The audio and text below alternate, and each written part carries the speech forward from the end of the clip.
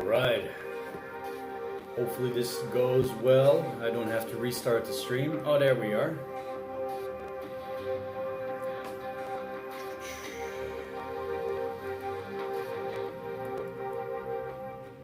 Looks like it's working. Is it working? Hello everyone. The ones that have been waiting. Dying to see the last live stream going. And can anyone confirm if you're seeing this? Still paranoid from that stream before the last one. Hey, there we are. We're vibing. Just chill. In our new reality.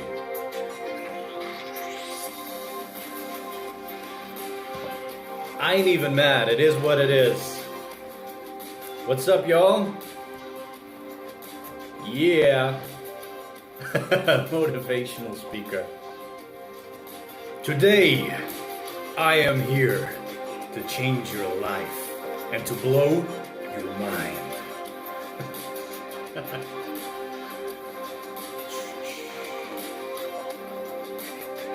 It's happening, all. Good to see you all.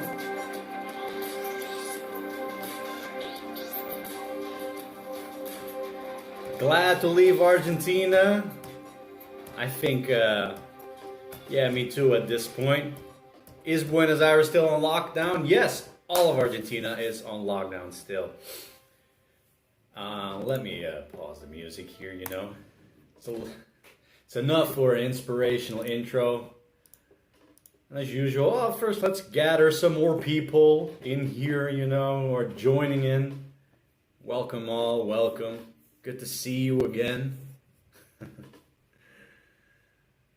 Vens, vais?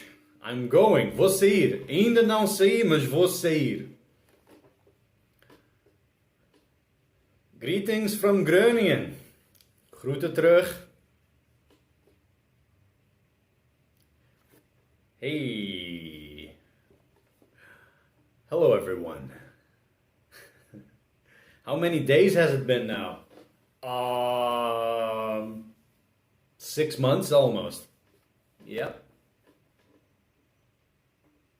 What a difference compared to a couple of streams ago, right? You know, I think I'm pretty chill in that regard. You know, in part that might be because I don't feel anything anymore. So yeah. And it helps that I've been outside since the last month exercising, you know. So, John McGee doing your nails while watching me. That's good, man. Keep an eye on there, you know. What color are you doing? Yamaha blue, Honda red.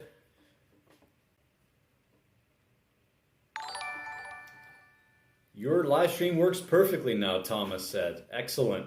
Yeah, no more Crackle Gang, unfortunately. Now it's Departure Gang. Rona Departure Gang. But yeah, well, yeah, before everybody joining in, it basically says in the title, right? Leaving Argentina after 6 months on lockdown. Yeah, that pretty much says it all. Last week I booked a ticket. Maybe some of you saw the message on Facebook. No, a lot of you did. And thanks a lot for some awesome messages there, by the way, and support. Haven't replied. There was a lot of responses, so through the live stream now I want to say thanks. Appreciate it. And like I said in that message, too, also thanks to some other people. Not just some, actually quite a lot. Over the months, sending messages. How are you? What's happening? Stay cool. Keep your chin up, you know, and all that. You know, but the moral support has been good. Thanks for that. It's been really good. So, So last week I booked a ticket. Wasn't the cheapest ticket, but it's the first ticket that I paid in cash ever, and that I booked over the phone, which took a while, but we got through it because I might have explained this before. I go to Western Union. And Western Union gives me a way better rate than the official rate, euro to peso. So I wanted to make use of that. So I pretty much ended up paying 350 euros less for a ticket because I paid in cash. Because Western Union at this point, Argentina is, in that regards, the value of money. Combined, it's so you get more money for your euro, and inflation, it's pretty nuts. So I paid for the first time in cash. That was nice. I used the machine for the first time. I had to put cash in it, which failed on me on the first try. After I put money in it, it was really weird, but it all worked out in the end. So we got that ticket confirmed.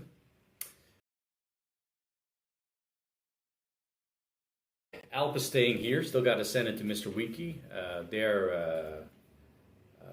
can leave it in the building. So Alp will have to wait for a while. Leaving Argentina myself in October. Currently recovering from mild case of the Ronies. No, the Rona. Good luck there, 2-ton lizard. And also when you head back to Euro land.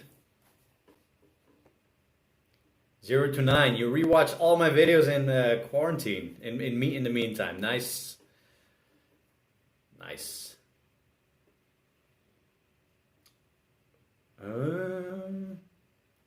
Manfred Dasselaar. Groetjes uit Veldhoven. Viehoven. Wanneer ben je in Nederland? Kamervrij. Yeah, send me a message, Manfred. He's asking when are you coming to the Netherlands? I got a room. I got a room free. Yeah, I'm looking at that.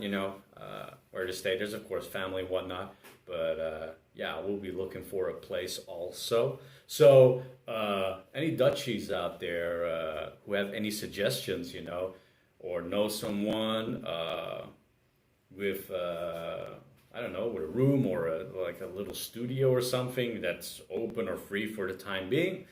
I don't know, but let me know. Send me a message on my my Facebook, and who knows? Because I'm going back. It's a bit weird, but it's happening now.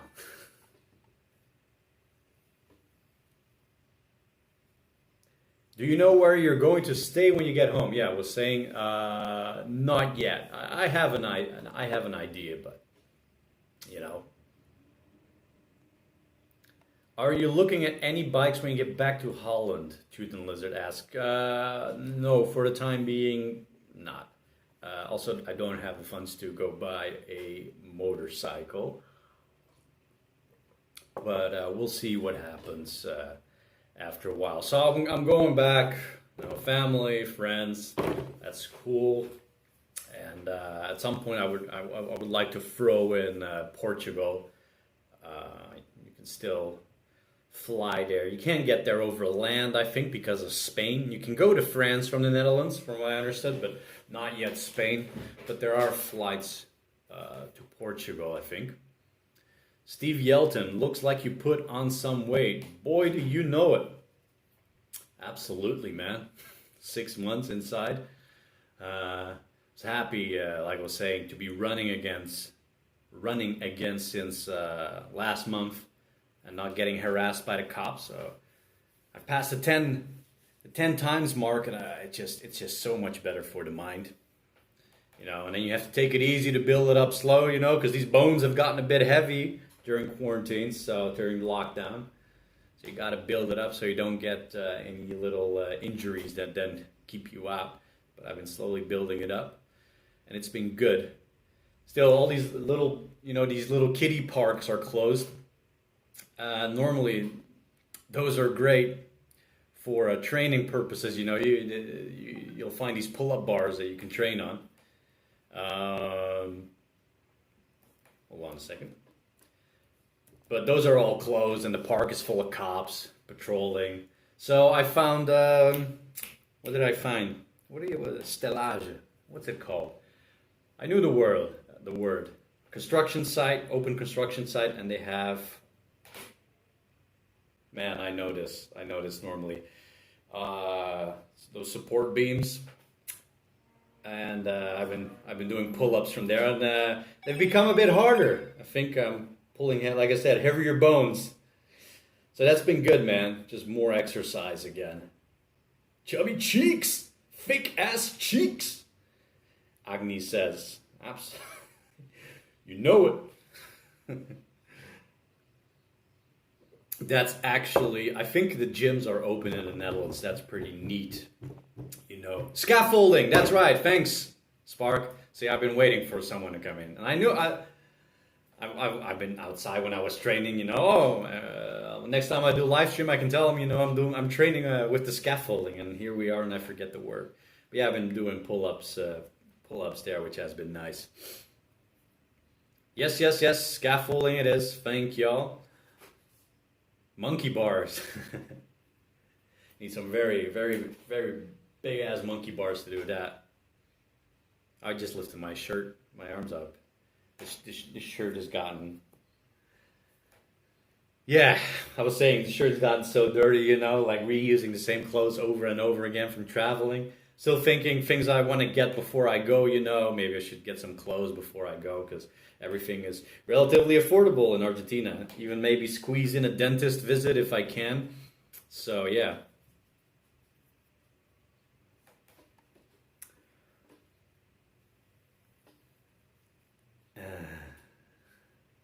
Just near your building. We'll sound the horn in a few minutes. Oh, yeah, says Roman.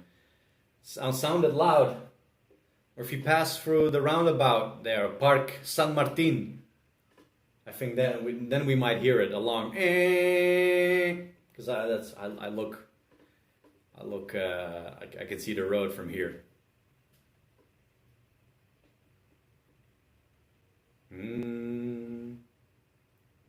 I'm heading to Faro, John says, Portugal on the 2nd of October. Hiring a bike for a week.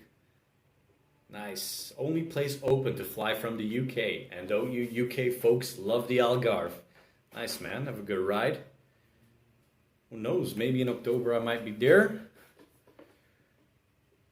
We'll see. You can travel through Spain, no problem. I see. Chubby cheeks. By the way, why did you go for the XL600V instead of a newer edition? Well, this was in 2010 when I bought Alp. Yeah, okay, the other ones already existed. I don't know, it was like 12, I paid $12.50. It was a good price. I always like the look better of this one. It was a thing of price and availability and what I wanted out of a bike, and I just saw Alp and it was perfect. Oh man, I forgot to read the chat. Thanks for the support, Mr. Novus Thief. If you're still there though, which you might not be because you said, I'd love to stay around, Pedro, but have to do a rain check. All the best, safe journey. Well, thanks for the support, man. And just watch the replay and you can see everything that's been happening. Am I a bit rusty with the live stream? Blue Fire, thanks for the support, my dude. Do you think of someday taking a trip all over Brazil? Yeah, I might. I only did a part across Brazil. Just one of those places I should go back to. Should have been these months in Brazil, but you know, who can predict the future? Just settle down in a little surf town, you know, and just surfing for a few months. Hindsight.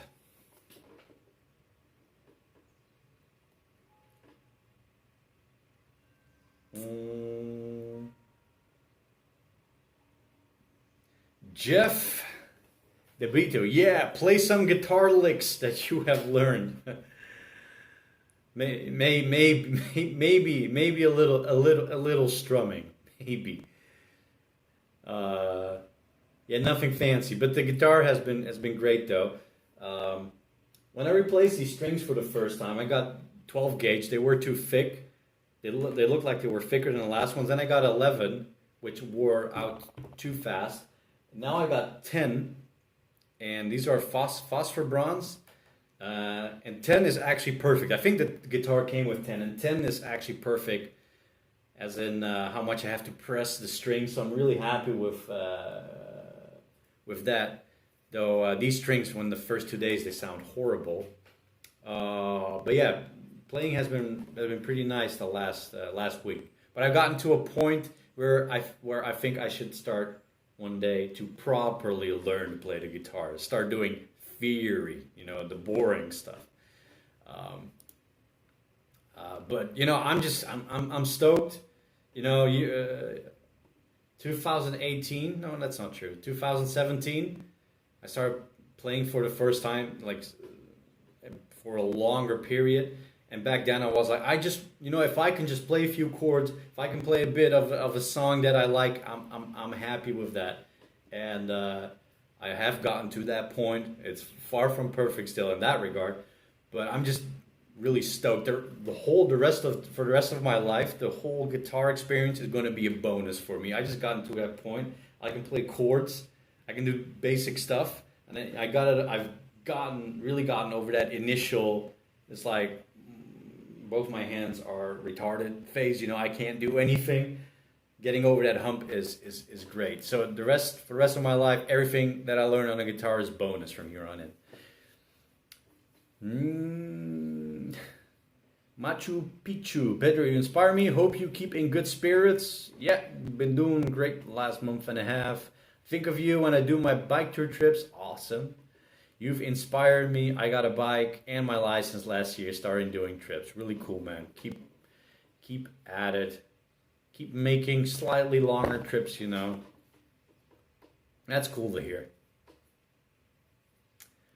Rick, Mr. Engelbert, straight from Costa Rica, if I'm correct.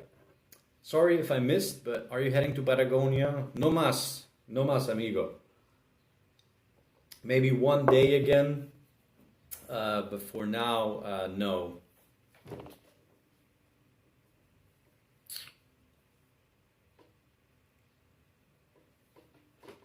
Kanan Badosh for life. Are you planning to ride through Pakistan? One day, if I'm there. Maybe not on elk, maybe on a different bike. I don't know, but I would actually really like to go to Pakistan. Because I was looking at just that whole region. That's for me still the missing region of Central Asia. And then along with India and Nepal, that's still for me the missing region. Which, I came through Iran, and then I had to decide. Do I go up or do I go south to East Asia? It's kind of the decision for every rider. You go up to Central Asia or you go down. I decided to go up because I wanted to go to Mongolia. So I was looking at Afghanistan there. I figured one day I'll have to do the other route, that other region. So absolutely. Can't tell you when, but definitely.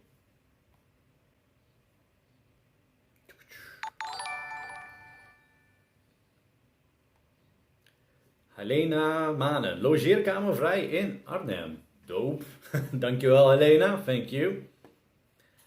Like I said, in regards to rooms or knowing places, to stay, or people who rent out something voor schappelijke prijs. Let me know on Facebook. And who knows, man? Who knows? Yeah, so for me, it's going back to Europe. And like some of you know that I've been back, when was I? That's more over a year and a half ago when my uncle was in a hospital. And things looked for the worst, but they turned out relatively for the better. So I went back. Yeah, that was kind of like an emergency trip. This is going to be different for me. This feels like a proper return. So that's why it was still took me another week or two to really pull the trigger, because it's been on my mind long enough, to go back. Because I'm mostly perpetually out there outside of the Netherlands. So that's the life that I live, and I've been doing for quite a while. So that the Netherlands has actually become for me a bit of the, like what did I say in the message, the alien place. And I've had this before, you know, coming back from traveling, and I have the experience, and it's always strange, and I think this time is going to be maybe the strangest one, or maybe not. Maybe, you know, maybe I've become older, maybe less sentimental, less nostalgic. Usually, when I leave a place for a long time, there's a big change. It's like sometimes it feels like 1,000 years of nostalgia hits you before you do the change. But this time, maybe I've come to terms to it already, like weeks ago. But it's yeah, I don't know. We'll see.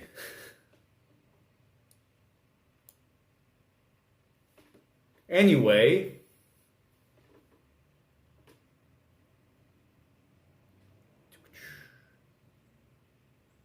Rick Engelberg. Pedro. Rick, I am in Colorado. All right, I see. You are most welcome anytime. Thanks, Rick. One day when we get to the States.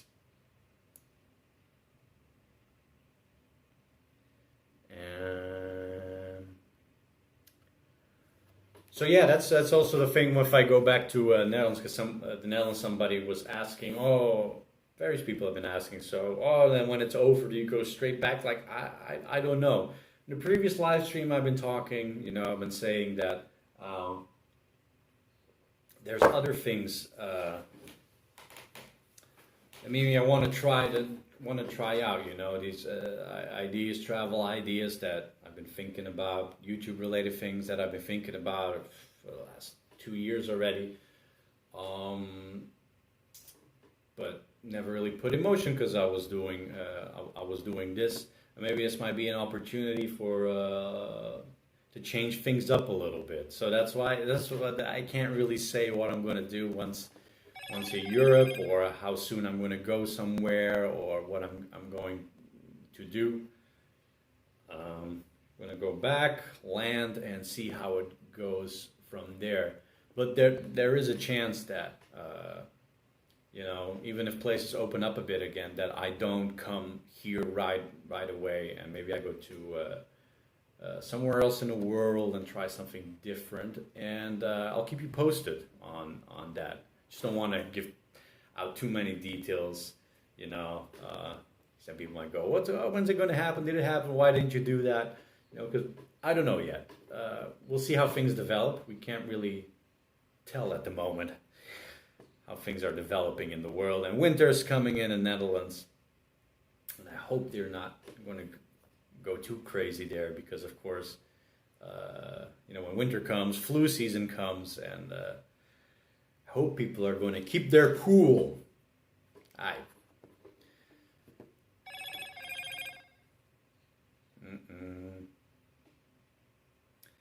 Canabados for life. Have you been able to discover yourself while riding alone? Well, if there's any type, how do you say that?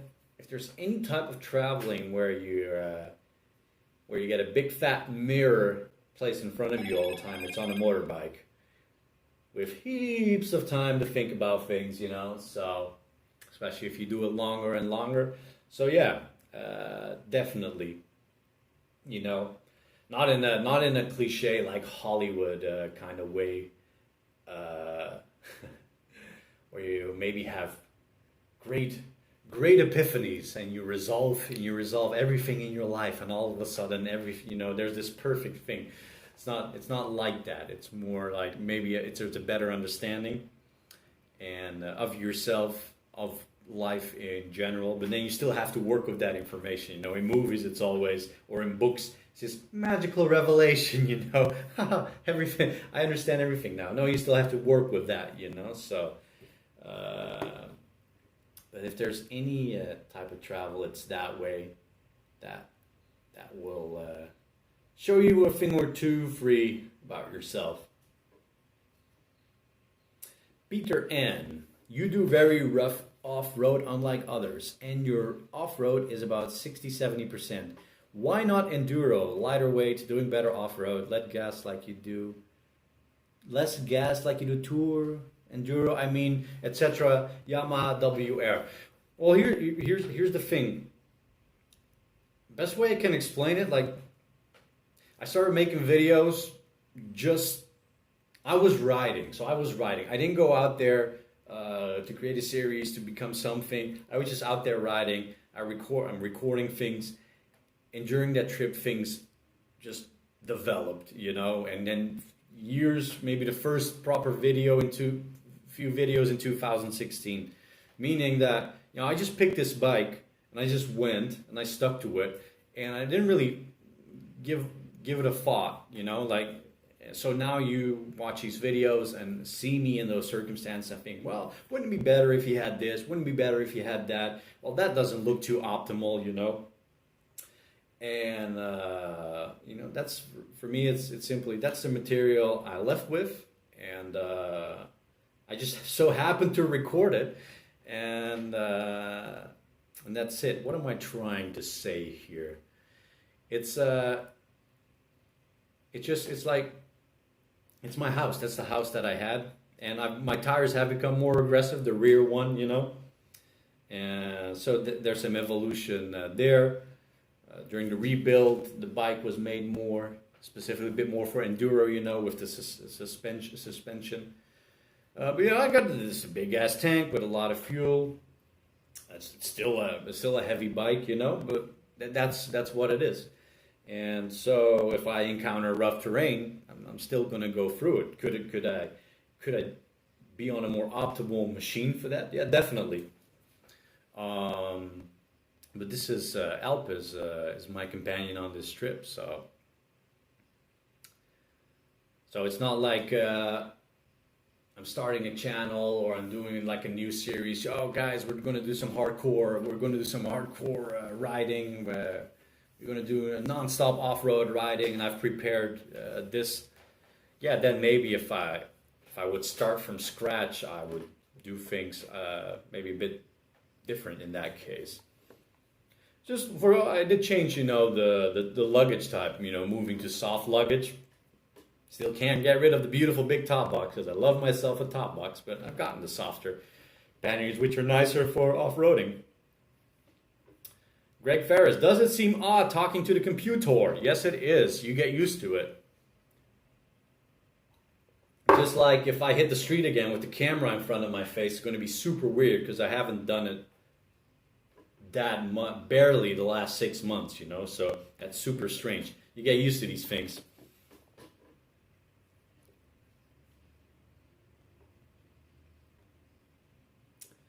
Now you are one of us. Maybe serious question. Do you have experience with full-blown panic attacks or anxiety when being alone? How did you deal with that? Like worrying about the situation, alertness when something could go wrong. I think my highest sense of alertness there was some anxiety there. Some survival there was good survival anxiety there. Was when I burned the clutch on the Nullarbor on the way to a beach, which was 40 kilometers off the main road, and then I had to get back, and I was trying things, and I was rationing water. 3 days that was, with a full day in between, and on the last day when I was managing to get back up, and I left all my gear, most of my gear, behind by the beach, and I was trying to ride back up with a burned clutch and rationing water and beginning to cramp up and heating up, and then making decisions, during I shouldn't be riding, it's midday, I'm heating up, taking a break, lying in the shade, grab wet, like moist sand, put it on my head, I'm burning up, but I knew I can make it. This is not wise, but I can make it still. I don't have to wait till the night. Yeah, that was a bit of an anxiety. I say bit. Generally, there's a bit of anxiety in the sense of like more alertness. Okay, this is real. You can't think of it in bad terms. That's what I always try to do. You can't think of it. Oh no, it better not go wrong. It better not go wrong. So that's how I try to cope with it. But that day I just try to keep my cool. I try to adjust adjust the plan, and I learned a lot from that experience. But you know, the more you experience that, the calmer the how do you say that? The more at ease you'll be with the next time you experience some sort of calamity. By experiencing problems, you learn to keep your cool more. Restack, força bro, obrigado. Let's see. David S. Personally, I think it's very cool you've had Alps since 2010 and have stuck with it. It's like having a girlfriend or wife that just feels right, or that favorite couch your butt just fits in perfect. Oh yeah, yeah. No, we've been good. Me and Alp. It has been DNML. It has been 6 months already. Holy shit! Tell me about it. How ridiculous is that? Yeah, like I said, I've become numb. So once I hit that 5 month mark, 5 months mark, it's like it's better not to think about it, because when you really think about it, just these 6 months. It's not fully 6 months for me, because you guys know I had content still in the first 2-3 months. You know, when I dropped first to 2 videos and then to 1 video a week, I still had content, and then I ran out. Then I started making some other type of videos, you know, a bit of experimentation. But as long as I still had that fresh content, working with that was still cool. But you know, it really started in the 3rd month when I ran out. So for me to clock, I don't see that. It's been 6 months, but of that, it was for me, it's like 3 months, 3 towards 4, but at least 3 months. That is the real waste in a way. Like it could have been that I wish that could have been different. Have you found the journey more beautiful than the destination itself? A lot of times, yes. And it's such a cliche, and I talk about it in one of my videos. And yeah, I like to not stress out about riding to your destination. And, you know, with a lot of things that I could have, that's one of the things, I talked about this in the last stream, because you remind me of that with that question. The way I used to record, let me start over that. One of the reasons why I want to do something else when I travel, the way I want to do things on YouTube is go back and try to experience some experiences that I know that could happen again, but this time, you know, show you guys these very interesting experiences that happen at random. I can't predict them yet, but I know what can happen, and that's the journey on the way, and that's with a lot of people that you meet on the way, situations you get. And back then, you know, those first 6, well, especially in those first 6-9 months, I used to just record the riding, and I would turn the camera. The moment I'd meet someone, I'd turn off the camera. And you know, that whole episode I made, that video with the cyclist in Tajikistan, was such a cool experience. You only have that recording because I forgot to turn the camera off. So, because it is true, it is in those situations that these interesting things happen, and interesting people, interesting situations. And like I said in the last stream, that's what I want to show more. That's see, sometimes you wouldn't believe it, you know, how random things are, or the kindness or helpfulness, or sometimes maybe a bit iffy situations, but mostly good situations just that could happen out of the blue, you know. You know, I think in almost every country I've been invited into people's houses at least one time to sleep, you know. I'm not even asking or anything. So yeah, experience on the road. And then there are some destinations that are worth it, you know. And then some times that you learn the destination, you know, what was the fuzz all about? Be right back.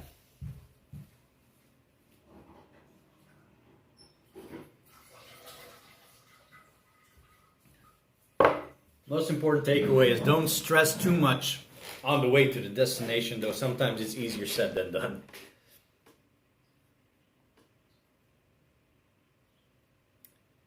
David asked, the latest video showing the route through Russia to Japan were awesome. I learned a lot of those episodes. Cool. Thanks, man. Yeah, there's really some good gold in those Japanese videos. It was cool working with that again, and it was nice to do a bit of justice, to the place in those videos to show you guys how that was. And I definitely in Japan, the riding was just so good. The touring, it was interesting. Like it was too organized. Like for the first 2 weeks, it was 2 3 weeks, especially the first 2 weeks. I was a bit. It was too organized all of a sudden. It was lawless. Since the moment I entered Turkey to the end of Russia, the world was lawless almost for me, on the road. And then all of a sudden, Japan, it was boom, rules on the road. Almost always continuous straight lines in the middle. What do you call that? Separation line. Continuous lines. And the average speed in Japan was 50 an hour. Shit you not. It's 50 an hour and the highways are super expensive there. You don't want to be on the highways anyway. You see how beautiful these roads are in Japan. So it gets frustrating if you get into areas where there's there's these massive urban sprawls. And seriously, the average speed is 50. And even on some in between the sprawls, still 50, sometimes 60. And so if you're lucky, you sometimes get a 70 or 80 road, which wasn't often. So in Japan, when looking at their average, the speed laws there, I was speeding most of the time. Especially after in those 2 weeks, I learned from someone at some point that the real fines in Japan, the fines, they start at 30 over. I don't know how true that was exactly, I don't know, but serious fines, what the cops are looking for, starts at 30 over the speed limit. So yeah, then I was usually 20, 25 over. But yeah, before all those roads, they were good to go 80, 100, So I had a lot of fun in Japan in that regard. And I learned to appreciate over time the touring aspect of it, with the great people and the great food. Made some bad mistakes in Japan on the road too, though. I had a bit of a phase, which I don't recommend, to how I was riding on the road sometimes.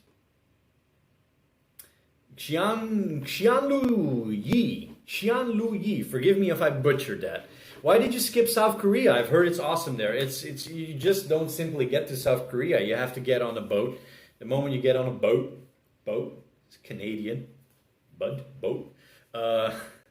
Was a bit of a Canadian accent there. The moment you get on a boat, it will cost you. So I was going to Japan or I was going to Korea, as a way to potentially get out. But I chose Japan. If you have a lot more money to burn, then you can also go to Korea. But every time you have to go on some international especially shipping. Shipping will always cost you. But still a ferry, especially international ferry, will still cost you. So you have to make choices. And the choice landed on Japan. I just like the idea of multiple islands there, So...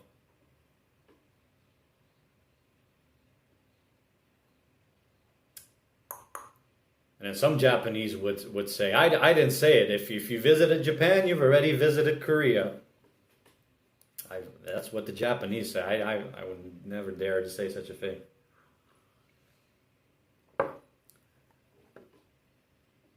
Kevin the Wallace. So you had to pay your rent in Argentina for 6 months. Must have been expensive. I got it down. It wasn't nice. That's a waste. That's waste. Yeah. It is what it is. But yeah, that was wasted money. I've talked about it on the previous streams. Spend that on rent, but I brought it down. I think generally the people who I'm renting from are pretty stoked that they actually have someone in their building. Now you mentioned I was supposed to do that today. I'm still got to send them a message that I'm moving out. Because tourism is dead. So if you're Airbnb or you're a landlord, and you actually have a gringo, a tourist in your building, you're really lucky, because almost none of them have that. But yeah, all the rent and food and whatnot. But, you know, that's the thing that's going to change in the Netherlands, you know. Here I go to the supermarket and my shopping bag is full, right? I go to the Netherlands and for 10 euros, where my shopping bag here is full, you know, it's going to be quarter full in the Netherlands. And here I go, once the little restaurants, the lunch places opened up, I go get lunch. And they can have fish or whatever little dish. It's usually done with potatoes or a pasta or a mashed potato, you know. A lot of carbs, but there's usually a big piece of meat or big piece of fish and a salad side, you know. Just that bag of rucola will probably cost me like at least 2-3 euros in the Netherlands. But that meal now here in Argentina, with the value of the peso dropped and inflation, shit you not, it costs €2 50 to eat. Plus the dish is big enough. I eat it for lunch and then I eat the rest for dinner. Because otherwise I'm just stuffing me and I'll just get fat if I eat all of that. So for 2/3 of the day I eat for €2, €2 50. So it's crazy. To give you an idea, the official rate for the euro peso when I came to Argentina was 68. Now it's about 88, the official rate, but the gray market rate is between 145 to 150. That's crazy. It's almost double. So like a month ago, I got 152 pesos per euro. It's crazy. So things have been quite affordable when it comes to food. That's going to change in the Netherlands. So it's just going to be boterhammen. Boterhammen, ham en kaas.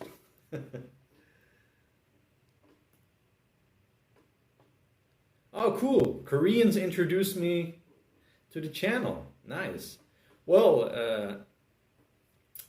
what was it? The fellow who helped me out in Japan let me stay at his place and help me pack and clean out for Australia. He used to work in Korea and he used to manage the motorcycle forum in Korea. And then he left it to someone else. And he put a picture up of me with him at his place in Japan on a motor forum in Korea. And then one guy replied, "Hey, I met that guy on the border in Central Asia. I think it was Kyrgyzstan." And I was like, and then I had a picture, and I was like, I think it was a guy on a scooter, right? And it was the guy on a scooter, and he had like little ammunition box panniers. I had one picture of him, so I had Paco. It was a Japanese man who lived in Korea, but also lived and worked in Paraguay. And in Paraguay, he got the name Paco, and he was a Japanese man with whom I spoke very bad Spanish. My Spanish wasn't as good back then. It was our way of communicating. You know, it's funny, all these connections. And he posted the picture on that forum of that guy. So it's funny. So I know that there's people watching in Korea, actually. Yeah, that's cool. Sorry if I confuse people with with all these connections. Paco was awesome. He was not a Spaniard. He was a Japanese man who lived in Korea and Paraguay for a while. That's actually going to be my last video in Japan, but I'm going to put the Japan videos on hold for a bit, actually. Alright, let me see what people are saying. Wanaman, hello, I'm from Saudi Arabia and like your adventures. Thank you, man. I would like to get to South Arabia. Wait a sec, South Arabia. Saudi Arabia. I probably got that mixed up because of the Dakar, which moved to Saudi Arabia, right? Ride the majestic dunes there. Poland is watching. Tak. Set supersonic. Are they still overlanders waiting to get out from Argentina? I think there's other people. I know it's other fellow, Tim. We met up a few weeks ago, and I know he's waiting or leaving. But there's still plenty of other people. So, Daniel Lopez, lol, the only Japanese Paco. Yeah, exactly. So there might be other people waiting. So KLM started these flights last month, I think, and now they have more regular flights since this month. Mark, hello from Colorado. Glad to see you in good spirits. Cheers, Mark. Hello back to the beautiful mountain state. And spirits have been a lot better. Just running, man. Endorphins.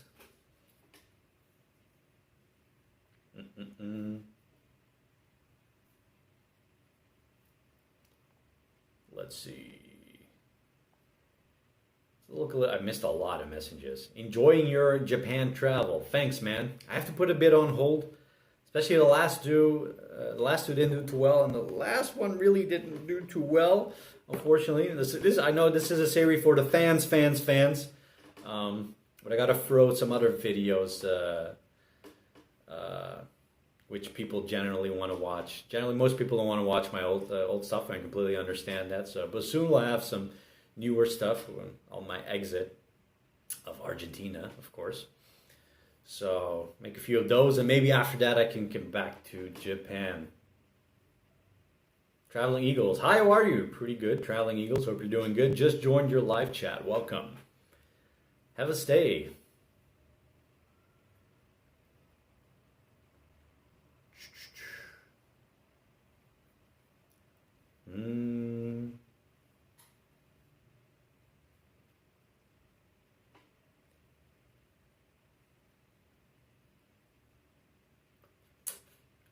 The latest. I already answered that.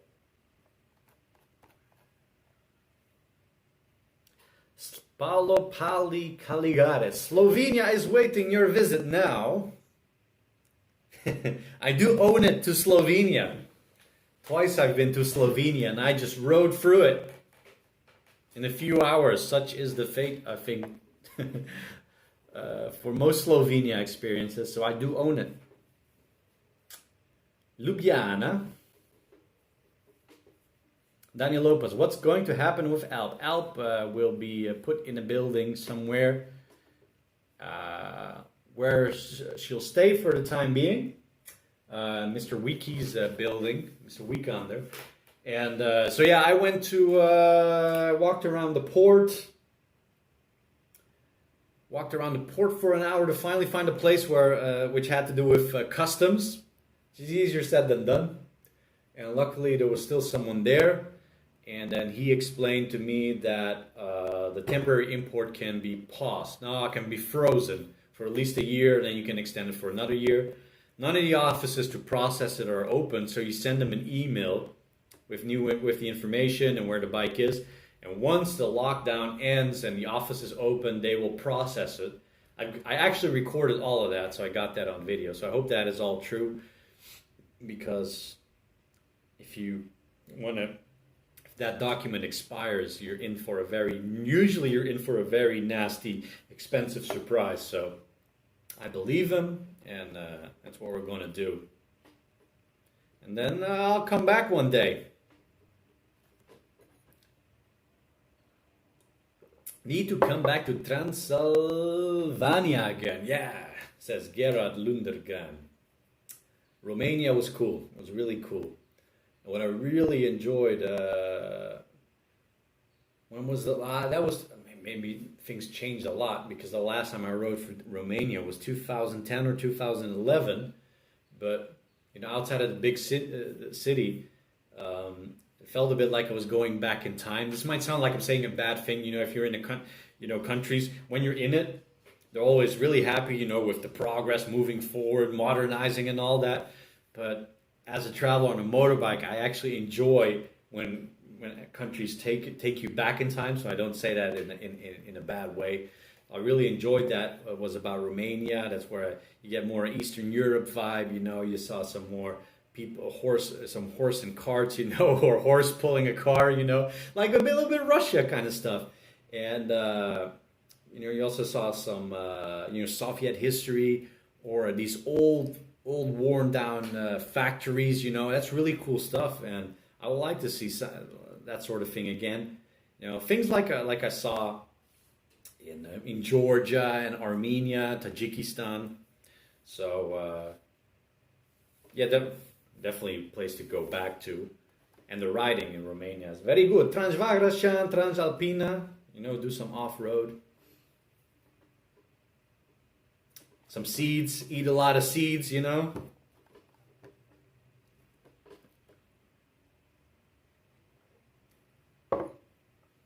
Fen1X, have you been to India yet? A new viewer here, glad to see you're happy. Thanks, man. No, not yet, but like I was saying before, it's part of that route that I missed out on, and I definitely one day would like to go there. And then, you know, with the history there, plenty to see, and then up north, you got the Himalayas, so absolutely. So one day there will be a video, you know, they always say, come to India, bro. And then there will be a video that's titled, I'm in India, bro. Don't worry about it. It's going to happen. Just don't know yet. Patrick I'm going to butcher this. Patrick Beztilny. Did you ever have opportunities for a girlfriend or female companionship during your travels, or did you just avoid it altogether? Yeah, companionship. Absolutely, but you know, serious relationship, like, no. I actually was talking with a buddy of mine a while back, and I was like, you know, I haven't had a serious relationship like in years, and you know, I don't really think people change that much, but things have become a bit different. So at least for me, and I wonder how that's going to go one day if I get in one, because I don't know, it's a type of freedom that I've gotten used to, and it's not something I would easily give up on, or you know, get in a situation that I would have to give up on it. So what I'm saying is probably I've become more stubborn, or that. You know, you see with some guys when they get in a relationship, you know, and I've seen it with myself in the past, you know, and after a while, you know, a little bit of the yes dear mentality, or you know, you just get you get very comfortable, and right now, I don't see that happening anymore. Maybe I imagine that I become more impatient. If I like something, I'll be like, nah, okay, no, this is too serious. I want to be on the move again. So it's going to be interesting if I ever when I get to something serious again. Hi from Sweden, says Andrew. Andrew, on my way. You already put that in the comment. Are you flying back to the Netherlands soon? Yeah, next week, man. End of the week. Hope all goes well, man. It's a direct flight. Flights through, what's the name? Paris were slightly cheaper, but I didn't want to complicate things, you know, with I don't know how the transfer goes at the airport, so I just want a direct flight, you know.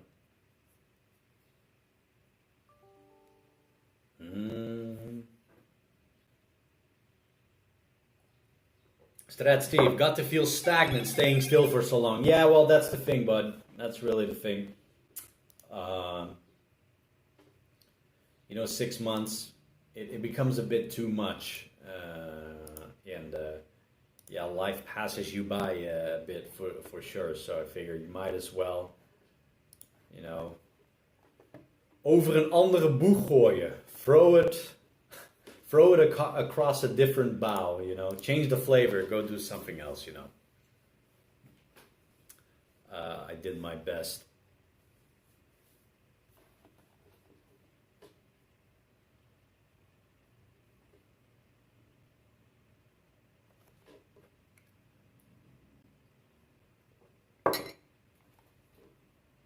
What is the impression you get about people you have met on your journey?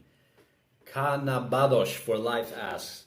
Generally good, really good, helpful, kind, curious, especially depending on where you are in the world. You know, generally really, really good if you want to do this kind of traveling or traveling in general, or just get off the beaten path, and your main concern is, whoa, but what about other people? Yeah, don't. Unless you're going to places where there's ISIS or something, you know, or rebels in the jungle. That's a different story, or where there's conflict. But and even then, not with ISIS though. I digress. I completely digress. What I'm saying is, don't worry about people. Be wise about it, because every now and then you will encounter people that are trying to screw you over, or take your get your money, or just generally might be unpleasant. But it's a very, very small minority. So just to keep it real, you know, not completely, oh, nothing can happen to me. But yeah, keep it real. But generally, people are pretty bloody great.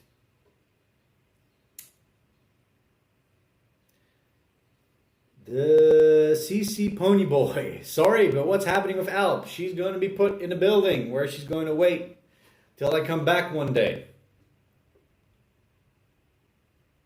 Poor girl. I think might have to roll start her. That battery is going to be drained, I imagine. Strad Steve, I've missed a round trip to Norway with my daughter due to pandemic. Super sad. Ah, that sucks, dude. You know, people have working schedules, you know, and you don't always get that vacation, right? So I hope you get to do it. Both have free time again, so you can get on it. That's really cool, you know, doing it together, by the way. Nucho Chapina, abraço do Portugal, abraço back. Pedro, what is your heritage? Big Mac asks. Portuguese. Full Portuguese blooded, born in Portugal. Moved to the Netherlands when I was about 3 years old. And then moved out of the Netherlands. But it all started in Lisbon. Akshay Kumar, the cigarette with the Aussie English guy was the best episode. I wish I'll meet you someday on those highways and we'll smoke, mate. Sure, bud. Those are moments I'll reserve the cigarette. I haven't smoked in ages. I also quit vaping. My vape. Let me show you what the state of my vape. This is the state. I couldn't resist, of course. When something breaks, I always want to look on the inside. What can I do? But it stopped working. And, you know, I was a bit over it, but, you know, on these things, the nicotine habit it gets pretty serious. So, yeah, I just pretty much quit. They don't have a lot of these in Argentina. It would be too expensive anyway. I've learned a lot about vaping. If you want to do it right, you can't just do any mod. So I do when it's good, you know, with the right flavor. But this was at one point vaping for the sake of vaping, so I quit, didn't get another one, and it's perfectly fine like this. Who knows? One day if I might get back into it, you know, for flavor. But at the moment, not really interested. So the nicotine smoking habit it's completely gone. I always have these periods where, like, you know, when I was on the road, you'll see these videos where I was smoking. Nothing serious. Never been a heavy smoker. Just on the road, you know, just chilling. Especially on that one.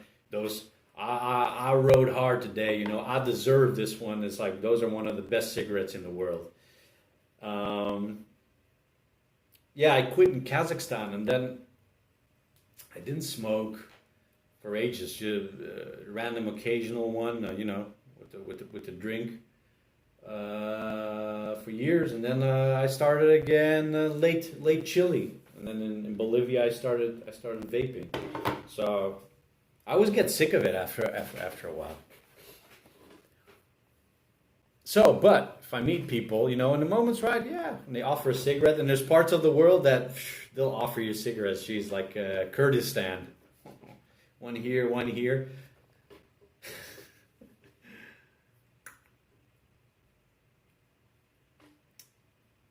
Marvus Lumo, I missed my Russia round trip. Maybe better luck next year. That sucks, dude. And you probably, I don't know, are you from Russia? I don't know, you probably, if you had to get a Russian visa, that probably expired, right? And it's not a cheap visa. You have to pay for it, pay good money to get it. So that sucks if you had to do that all over again. Nuno Chapina, és guerreiro, não paras. Obrigado, gracias amigo. We'll keep going one way. Let me get some more water.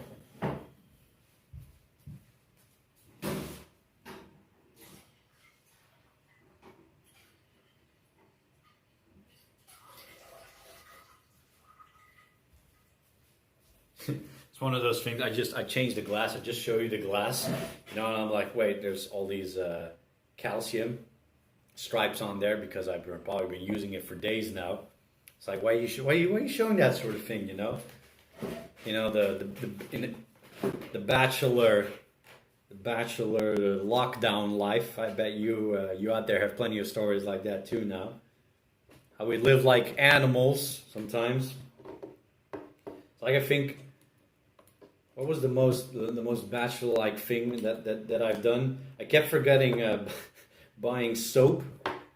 Every time I went to the store, I got my stuff, I forgot soap. So for like 2-3 weeks, I washed myself with dishwashing detergent. Oh, this is soap.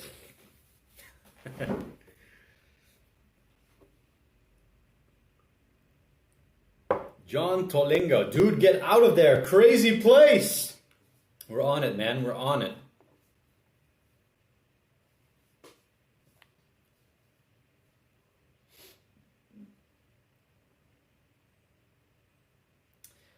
Paulo Araujo, hey, please, do you have the legenda of your live?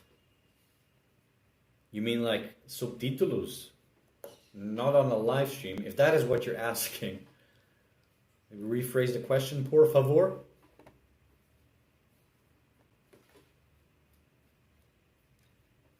You already have the best motorcycle. What's your best advice? Cheers, man. Well, that was kind of my attitude, Alp was a pretty good motorcycle, just generally for the job, of course, but it was like, I have this bike, I'm going to go.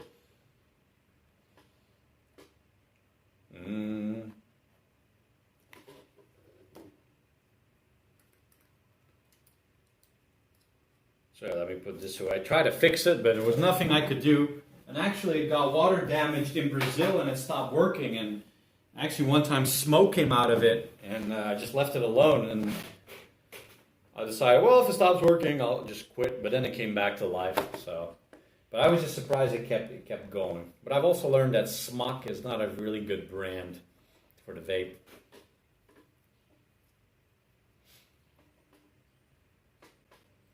Paulo. Ei sim, Pedro. Quando estive no Brasil... Wait, let me say that in English. Ah, yes, Pedro. When you were in Brazil, in São Paulo, you went to a motorcycle shop in São Mateus. You passed close to my place. Cool. I always like that when people go like, oh man, I live nearby. Hey, you just passed by my place. Like in the comments, that's really cool. And it happened mostly with the Brazil videos, because in Brazil there's just so many people, especially in the south. It's just insane how many people, how densely populated Brazil is in that area. I found out later that Brazil has the same amount of cities with 100,000 population or more, like 250 cities or 300 cities with a higher population than 100,000, It really surprised me in Brazil. In the south, you just go from, you're riding in these, what looks like these mountain roads or these roads, which feels like it's rural, and then boom, big city. And the next one, boom, big city. That's Brazil.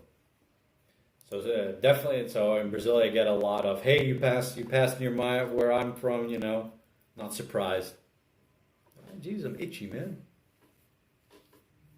Can't be vitamin D deficiency, because I actually take often I take vitamin D and walk through the park now for a little bit of sunshine in my face and the runs.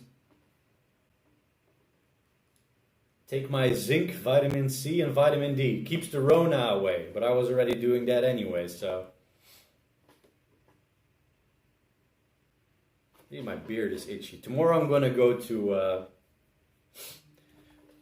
the barber shop, to the hairdresser. It's going to happen. I'm doing all the things that that will be a lot more affordable when I do it here still than if I do it in the Netherlands.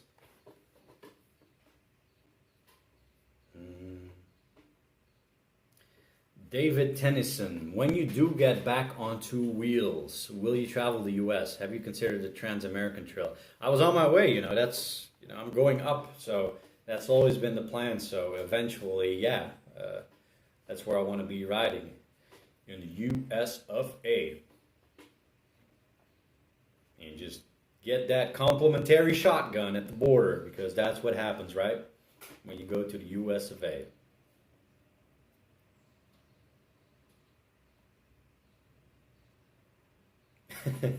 Renaissance Moto, maybe you're itchy because of all that dish detergent. Nah, man, that was like, I stopped doing that 3 weeks ago.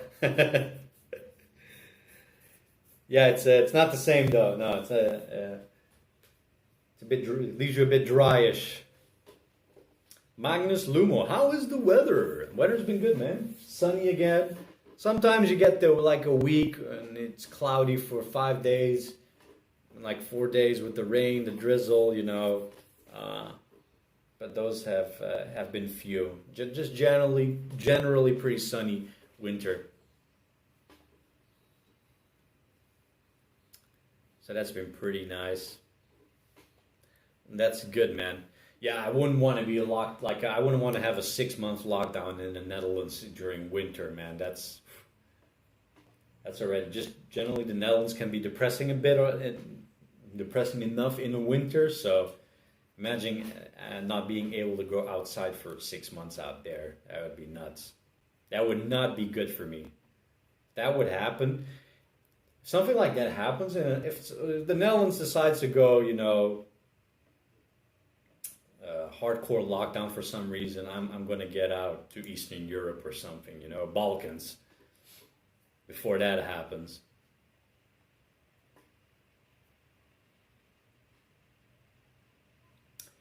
John Smith, I want to do trips like you do, but I plan on buying a 790 Adventure R, but I'm afraid it looks flashy and could attract thieves.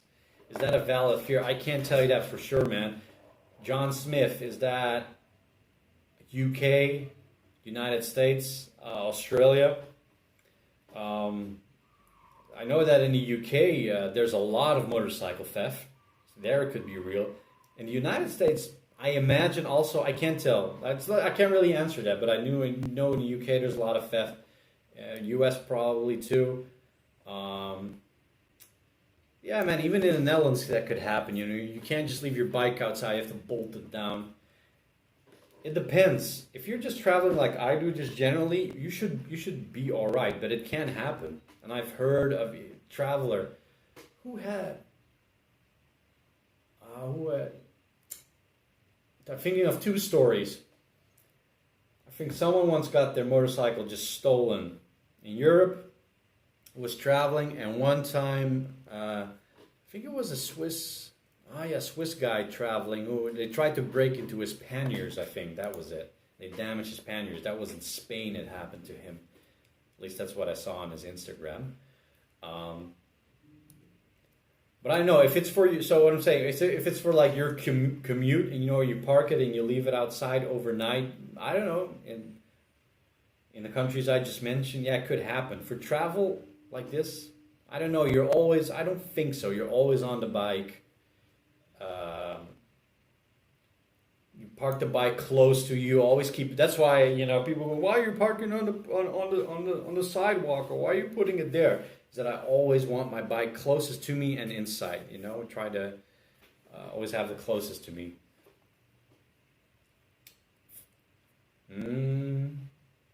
But it's a fun bike to ride, I think.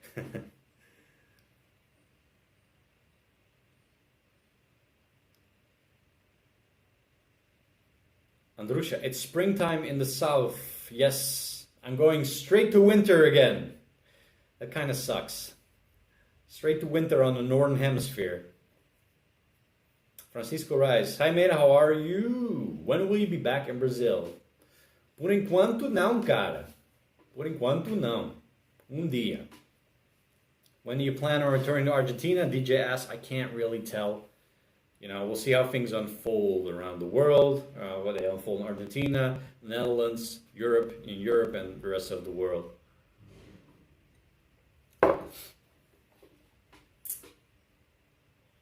Paulo Ivo Portuguese. Hey man, love your videos and your attitude. Thank you, dude. Oh. If Netherlands does hard lockdown, go to Croatia. Nice weather and pretty affordable in comparison to Netherlands, I imagine. Agni Dominique says, Croatia is pretty beautiful. And if possible, you could visit Belgrade, you know, or visit Serbia.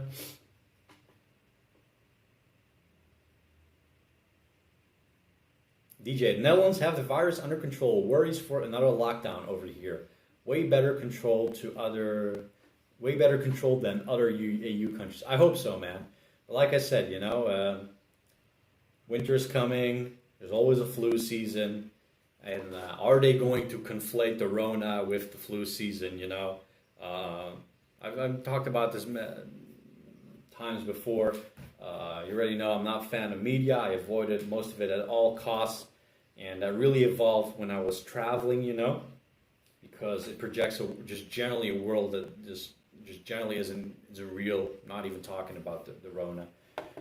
Or let's say it amplifies, makes things worse than it is a lot of times. What they were doing in Argentina, when for example, and I think they did that in the rest of the world, when nobody was dying, they started to amplify the case. Oh, we got one case. We got two cases. Like almost happy to have it, right? And when people started dying, they finally had deaths to project. But then when people stopped dying, they continued this big red numbers. Because sometimes it would pop up in my suggestion on YouTube. That is how I occasionally would see Argentine media, and they would use cases, right? Cases. And the real hard-hitting stuff is, what are the fatalities? That's generally what I think you should be looking at, or at least what you do. Don't fear-monger with the cases. So we'll see what happens when winter comes, when you have the actual regular flu season. If they're going to conflate that with the Rona and the news just keeps pumping out, oh no, cases, and make things look worse than they are. That's not fun. After 6 months of this, we should be just take it easier, a bit wiser about the whole thing. You know, we've got a lot more information, you know. We'll see. I don't have faith. That's what I'm saying. I don't have faith that they will. They will. It's all clicks. They got the clicks. They got the views, you know. Anywho, screw all that.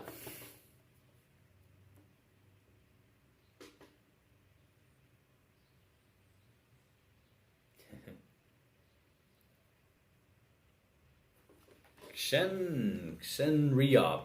You should look at teaming up with C90 Adventures. He actually had a new video up, I think, a few days ago. So if you haven't, check it out. Right in Colombia, fun ass video again. Yeah, who knows, man? Who knows what kind of people and who you'll still all meet on the road one day. But yeah, like I said this before, he makes the most awesome travel videos generally on YouTube, I think. Forgive me, folks. Like I said, I got a bit. I started this the live stream a bit in the afternoon dip. Forgive me if I got a bit slow there, but yeah, in a bit of an afternoon dip. That's not uncommon. I actually realized because of the other streams, we usually do it at a time of the day that's after lunch, you know.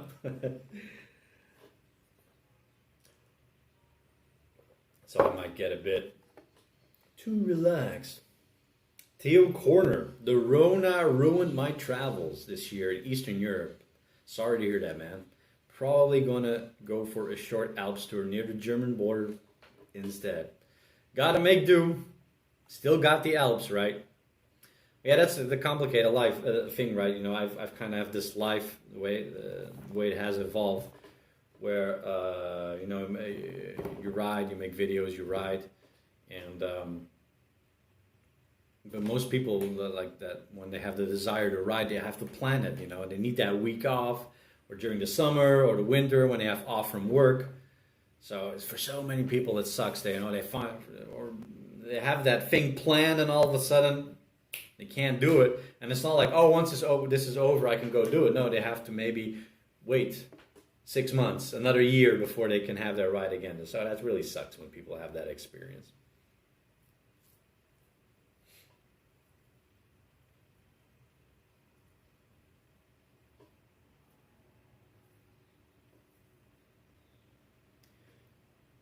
What a better road of American Latina that you liked? Francisco Rise. I think he's asking, what's your favorite road? I think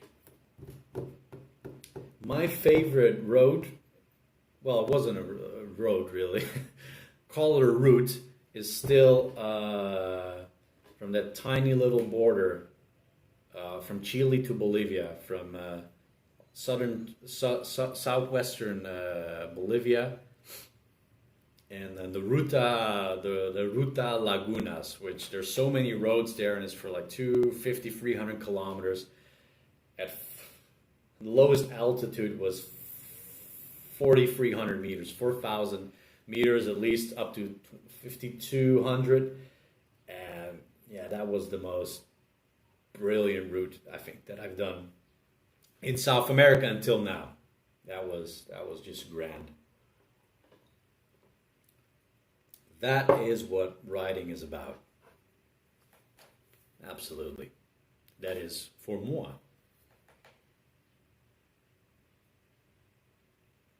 Dutch travel addict. You look so damn happy in your videos. You never stop making videos, please. You will make it. Yeah, we will. We will. Thanks, man. Thanks, man. Yeah, it's been weird. Live stream have been a bit different, right? Compared to the videos. When we're deep in the Rona. In the Rona phase.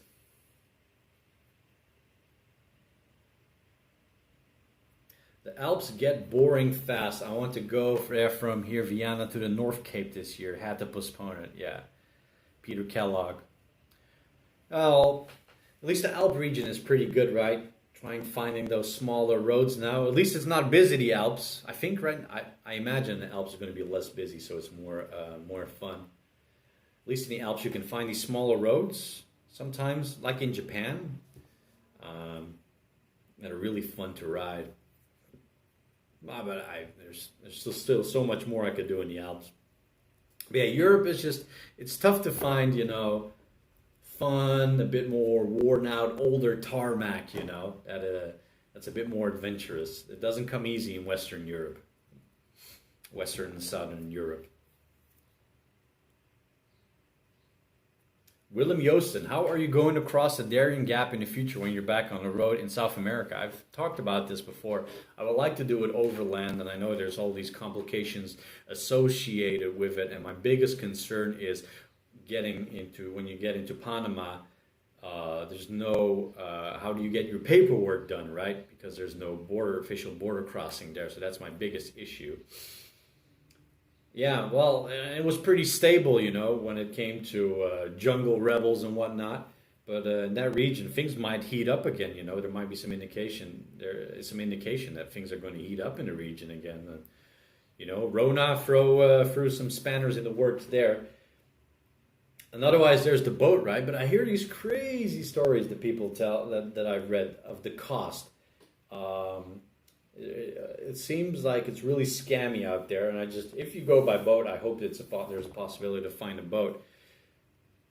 If you really look for it, to find a cheap transport, because you hear stories about you know, $800, $1,200 just for the bike, you know, that's ridiculous. You can ship your bike in a container for that money anywhere in the world, you know, so just for that little trip from Colombia to Panama or vice versa, that's insane. Yeah, overland if I could, that would be really cool.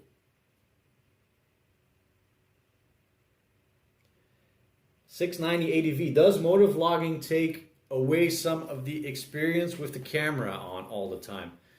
I've talked about this, something like this before, and I think yes. And I can say that because I've traveled, like I said, I left, this wasn't focused on YouTube, on nothing. I just left, I had cameras for memories, photos. In the beginning I was so much focused on photos instead of filming, and I would occasionally film with the GoPro. And it took ages until I started recording more, and it took even longer before I consciously started to think about an end product. So I've ridden around where it was just an afterthought, right? Oh, this is cool. So I've really ridden like that. And then I've ridden where it's like, okay, this is cool. I'm thinking about the potential episode. Does it all tie together? And then stopping to video something. Maybe sometimes when you don't really want to stop. And there's definitely a difference between that kind of riding experience. So you get used to it, absolutely. And sometimes you don't want to work with the gear. You just don't feel like it, but you do it anyway, right? Because you're thinking about the end product, you know? The video that you're making along the way. So you still power through it. And you take longer sometimes because, you record a bit of this, you record a bit of that. And sometimes you're in a bit of a compromise situation, like on that beach in Brazil, and the sun is just burning the flesh off my face, and I'm not in a good situation with the bike. You know, I'm still recording, having that patience. It takes time to develop that. But yeah, there's a big difference, I think, between not recording and recording. And I'm really happy to have had that experience where I didn't really care. It was an afterthought, and I was really free, and I had no obligations in that regard. It was really good to experience riding like that, and I think you should. Because I really think at the end of the day, you don't really experience that. You haven't really experienced the whole thing like this if you film it every day. So it's not something that I would really recommend to do right off the bat to people. If you really want to experience that disconnection, you know, forget the world kind of thing. Yeah, don't go recording. Don't go, or at least with a mission. Oh, I gotta make videos. I gotta write articles, you know, and whatnot. There's definitely a charm to the whole. I'm disconnected from the world, and I'm really happy that I've experienced that, and to even take that back to draw back to someone else's question when it comes to, you know, do you change or do you develop yourself when you're on the road for a longer time? You know, it's that experience that adds to that disconnect. You know, like I said, puts a mirror in front of you and can put life in perspective yourself. To repeat myself, it's a really good experience to at least have experienced that. If you ever travel, I think everyone should at least once experience that complete disconnect of the world, because not for yourself, it just generally puts things a lot more in perspective, and also empties your head. And I've said this before, it takes out the voices, right? And there's no pressure to do anything. It's just you and the world. And then once you get put back again in the world, you notice how slow. I don't know, maybe in another country where it's more Western again. I end up in Australia. It seems it's different, but it's still familiar. It pulls you back in, and that happens with any traveler when he returns to his culture, to his previous way of life, and the information he gets presented every day. That's why I like to talk about the whole media thing, right? it kind of pulls you back in a way. But you get to, if you've at least disconnected once in your life, you get to see that process. That's why I say that life is completely different. Depending on where you're not defined necessarily on where you come from. And or what you've been doing with your life before. If you disconnect, you can really redefine things for yourself. That's a bit of a tangent there, forgive me. Could have explained that better.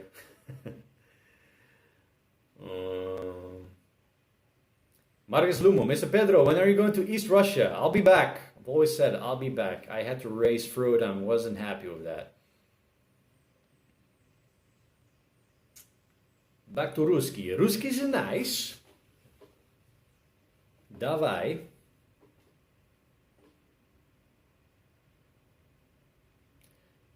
James Ross, how did you get your bike in South America? With a plane from Christchurch, New Zealand to Santiago, Chile. Alp went in a crate and then it went on the cargo plane.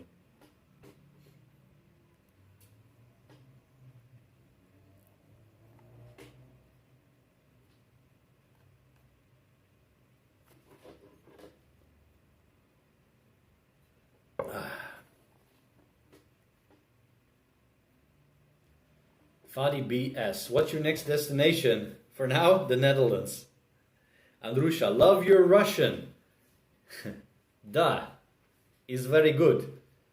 I would love, like, Russian is like my number, it's like would be like my number one language I would like to learn.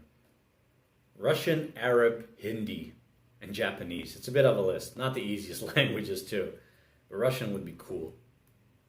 Da.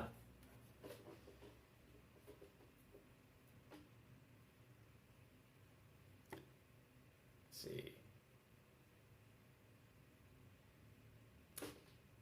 James Ross, you need an IDP carnet in any countries you went to. Yeah, you need one for Iran.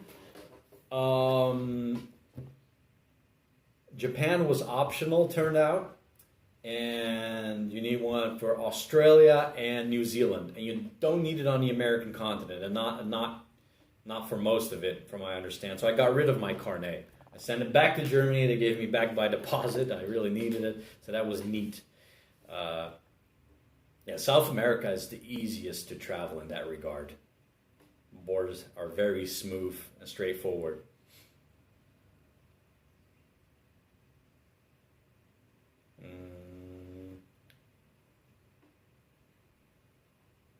Let's see. When you're leaving. When am I leaving? This week. Well, Thursday. I'll get very early to the Netherlands. I don't think the trains are even running then.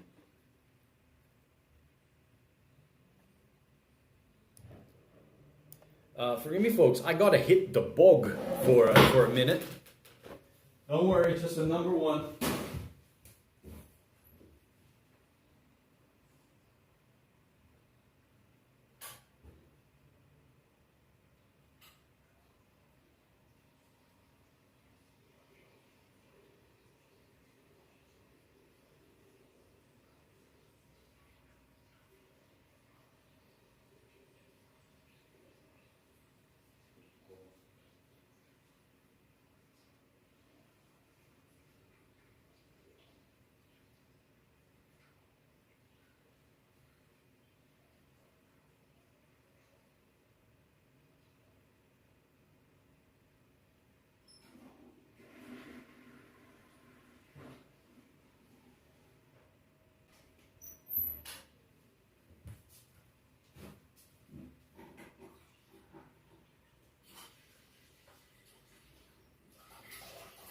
Where'd he go? Where'd he go?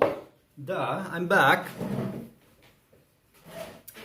Just remember, by the way, a couple of weeks ago I asked the important question of while watching a riding video, do you ever find yourself leaning your head into the corners? And I asked that because when I'm editing my videos, A lot of times when I'm selecting the footage, I'm like turning my head into the corner, and then when I'm watching my own video later, I find myself again leaning into the corner. So I wondered, are people leaning into the corners with their heads when they watch riding videos? And the results were in. I got over 1.4K votes, 1,400 votes, and of riders, 63% look into the corner. It's a lot of people, you know. It's like automatic. You know, sometimes you're trying to look further, but it's like, oh no, there's nothing off the screen. And 26% doesn't. They ride but don't. That's amazing. And then of people, even people who don't ride, 6% do it, and 5% do it, and oh wait a second, that's very confusing. Let's do that again. And then of those that do it but don't ride, 6% and 5% of those that don't do it and don't ride. So it seems like it's it's built into us to just lean into that corner, even when we're just watching it. Can't help it.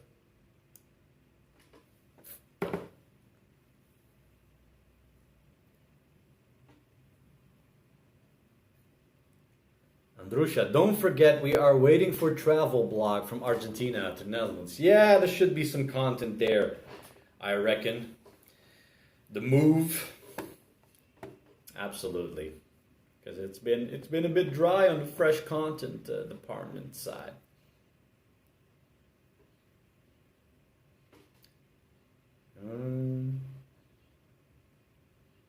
Seems a bit of discussion going on about Ireland.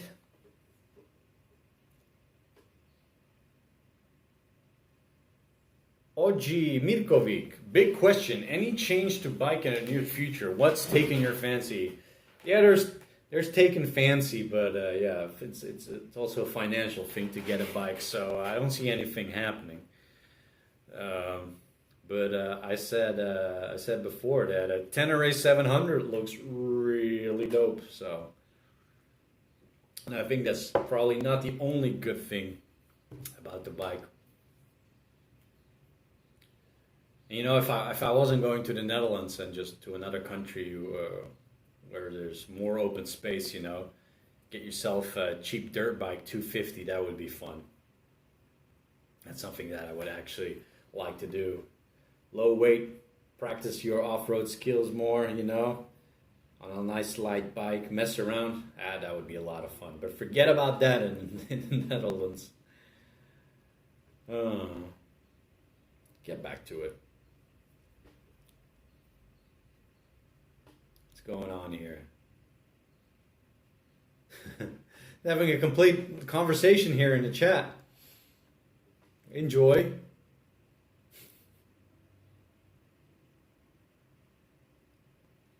We can hear you. Really?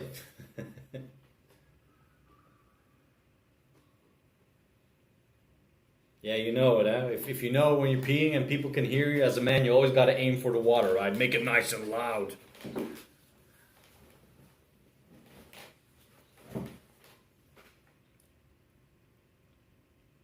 Bernard Schreemeyer, do not forget to do video when you arrive Holland. We'll see. There's a part of the trip. Don't know yet about in Holland. I'm not going to have a motorcycle there, as far as I know right now. Like walking around with the camera, you know, just without a mission in the Netherlands, that would be the strangest thing, I think, to do. But you know, the trip there and arriving there for sure.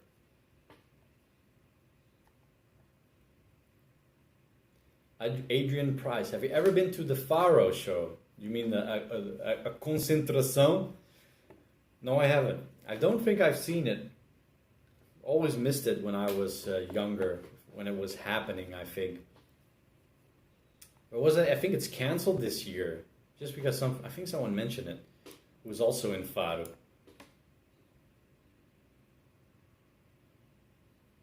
Yeah.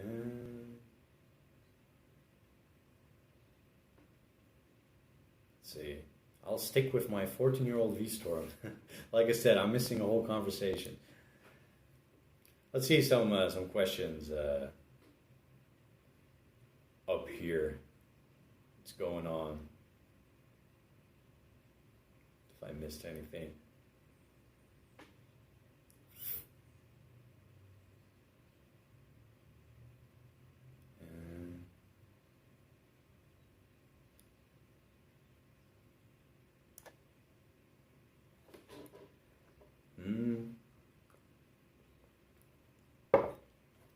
Sorry, folks, for the little lull in the episode. Are you going to work in Holland, Adam asks. I don't know, man. We'll see. The last time I was actually there, because of my uncle, I did work for a few weeks. But we'll see. It really depends on where I am and if I'm sticking around long enough. When do I decide to pop to Portugal? We'll see, man.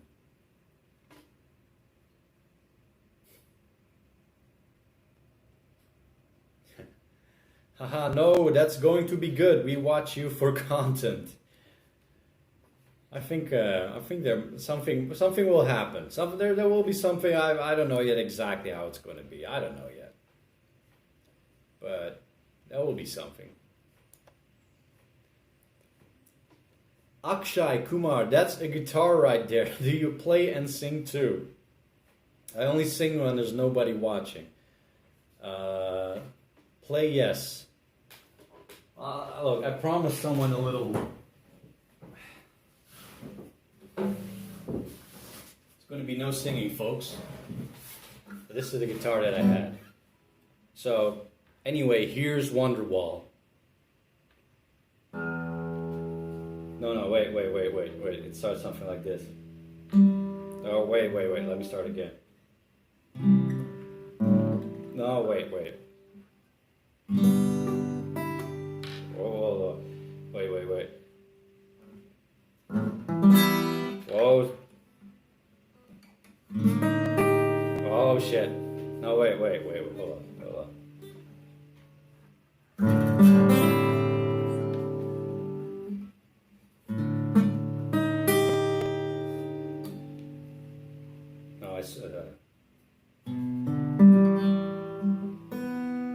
That's what I learned all this time.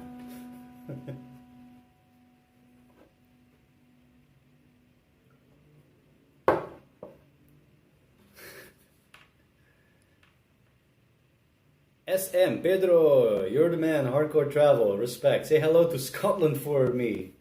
I will do, I'll have to shout really loud.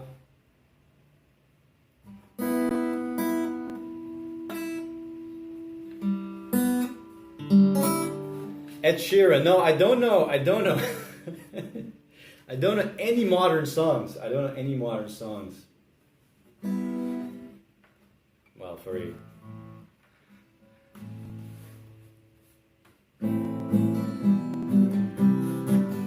So, like I was saying, just to be able to do this sort of thing, I'm really happy with that. This was my mission. If I can do it, like my left hand was completely stupid, anybody can do it. So, and like I said, anything else is a bonus.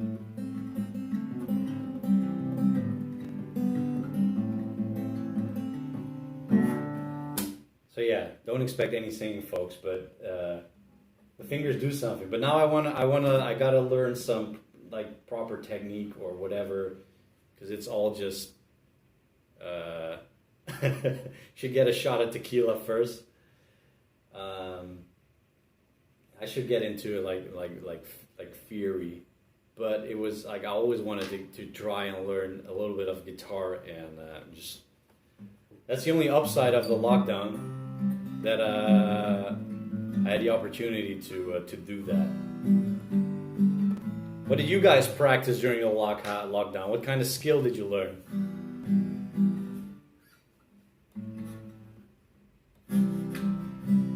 You can play your own background tunes. Yeah, man. Royalty free. YouTube can't take that away from me.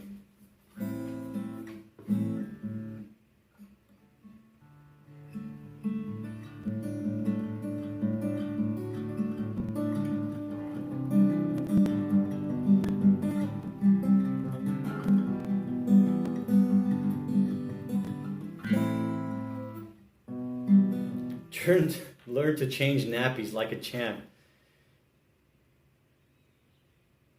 We'll get Ed Sheeran. Nah.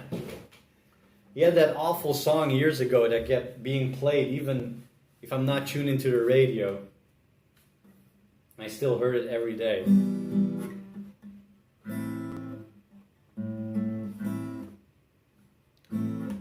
See, I don't know, I was thinking there's a latency.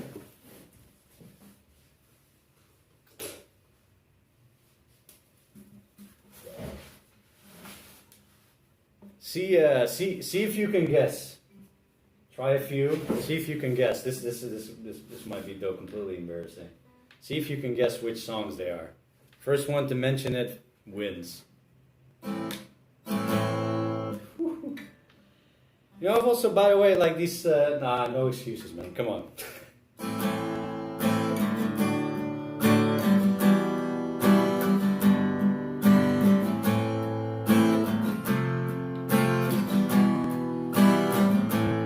Which one is that?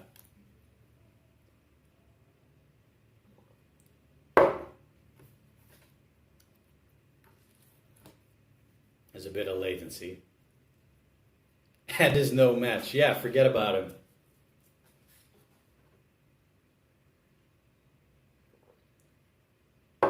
Hey, there you go.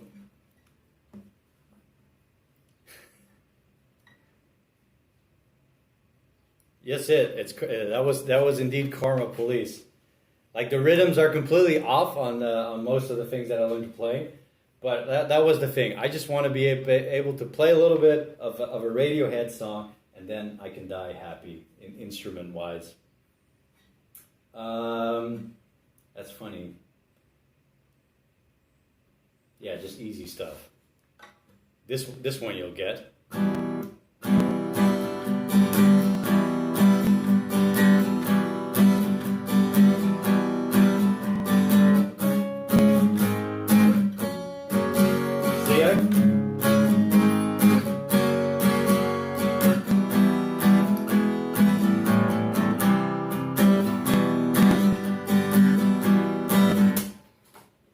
Which one is that one? That should be easy.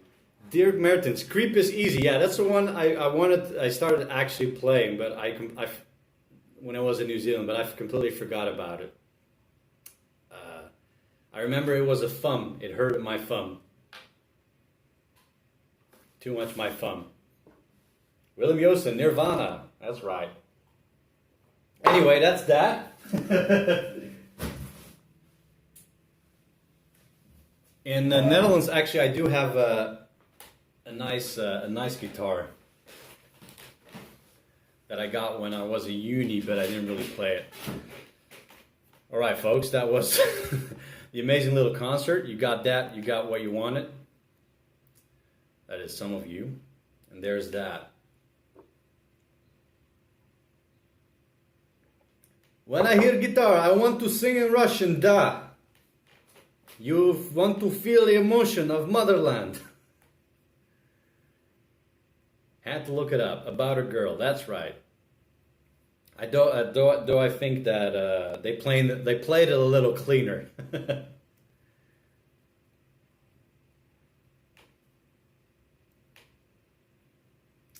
Will you come to South Africa one time? One day. One day I will. South Africa.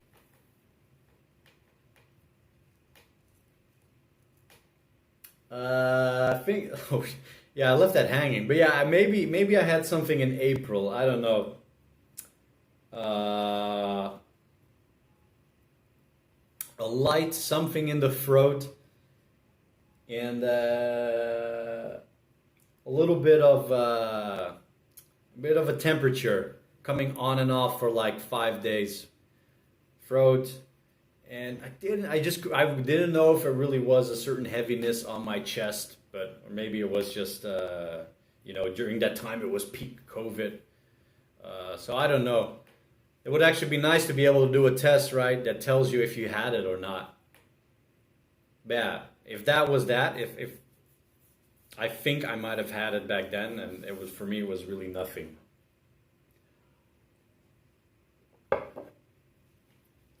Holland's Got Talent 2021. Yeah, there you go. Learn how to do wheelies while playing the guitar. Yeah, I don't know. The live stream. What's the plan coming months? I'm changing the channel to just a guitar live stream channel. Just playing guitar. Playing horrible guitar every 2 episodes a week, live stream. Margus Lumo. Well, maybe they do it at the airport when, yeah, antibody test. Maybe they do a test at the airport, but that's more to check if you have it. Once I get to the Netherlands.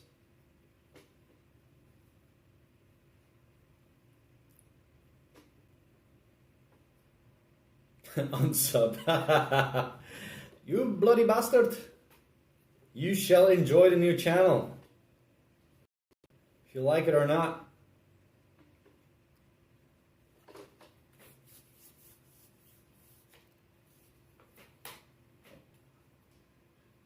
So yeah. So there's that. It's a bit of a lull again in the stream. That's the thing, right? 6 months. It's not like we've been on the road and you go like, so Pedro, it's amazing what you've been doing the last month. I can't believe you did that or did this. Every live stream is just, well, here we are another month, another 2-3 weeks further into the lockdown. As in rather uneventful it has been. Which is a departure from how things usually go, eh? Pedro, you promised us cooking channel. I already showed you. That was peak cooking channel.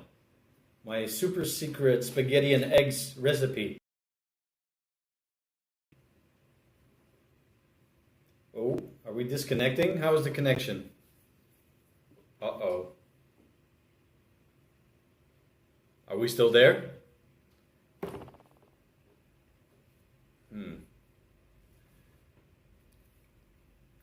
How's the connection, folks? Is it still there? Something seemed to be happening.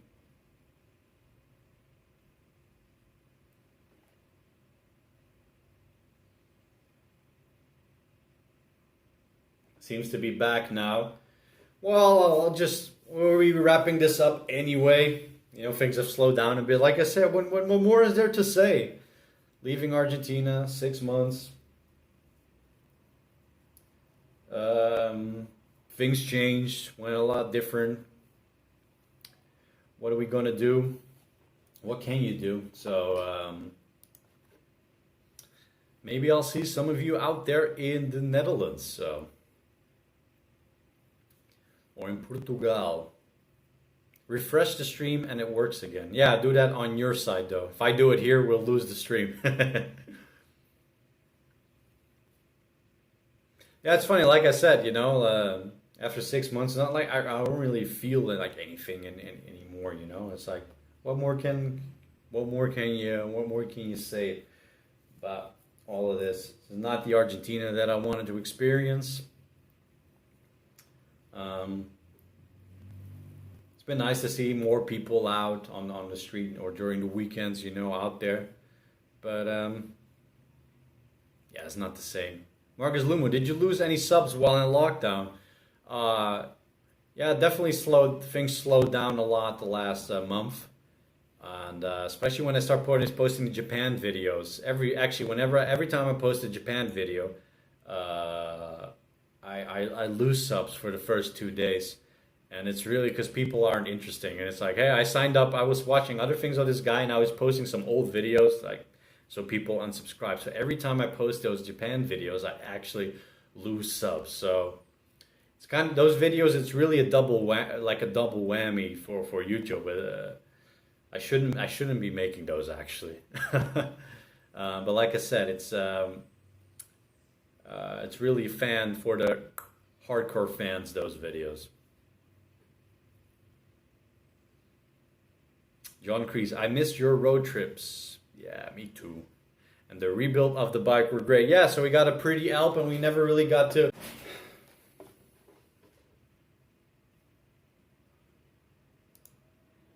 I think it lagged there for a bit again. Keeps lagging.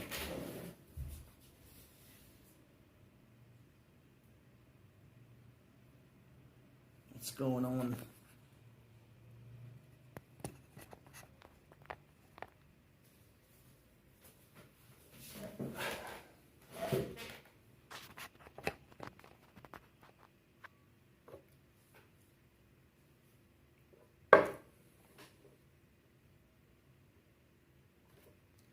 We are back. Yeah. I think sometimes it's the phone or Android. Android likes to drop this this Wi-Fi for some reason every now and then.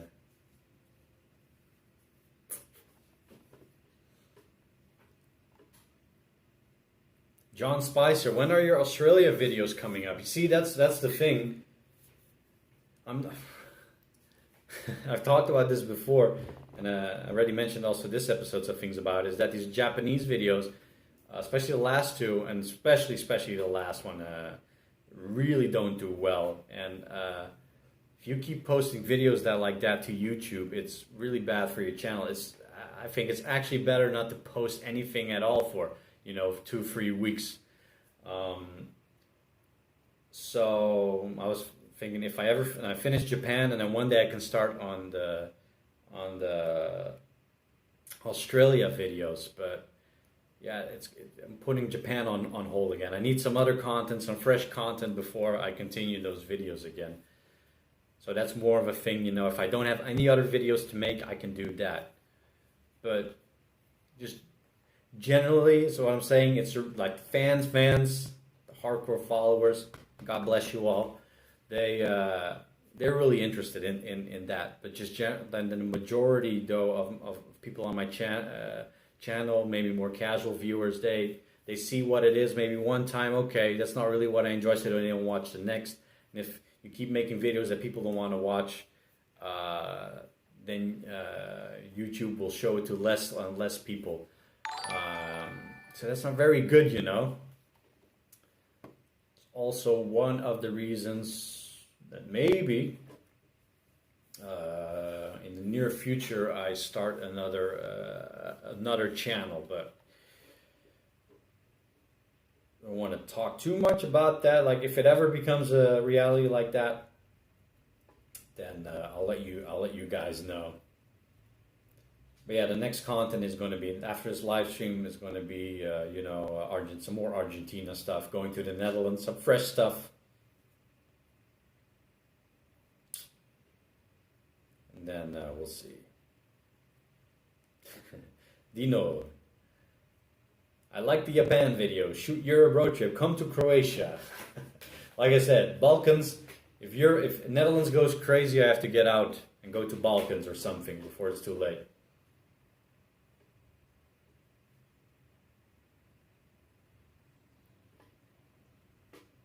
DJ, I think you upload them day by day will do better, or put it in on private and then link to your Instagram. Yeah, that's the other thing too, But if I make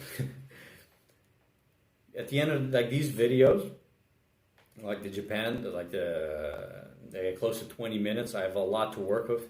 I spend like solid 15-20 hours on them. So it's not something that also I wanted to work. I wanted to show to people, but I also wanted to work for the channel to make. If I invest so much time in creating for the, it's like going to work. If I make something like that, I also want it to be good for the channel and make it grow. If I put so much time and effort in it, just for example, for the audio, when a video is 20 minutes long, it takes me 2 to 3 hours just to work on the audio afterwards to make it bearable, so that you can hear what I'm saying. I work with the peaks and stuff like that. They're super labor intensive, and then they're not, and then not many people watch them. That's kind of the double triple whammy, which is rough. I wish it wasn't like that, man.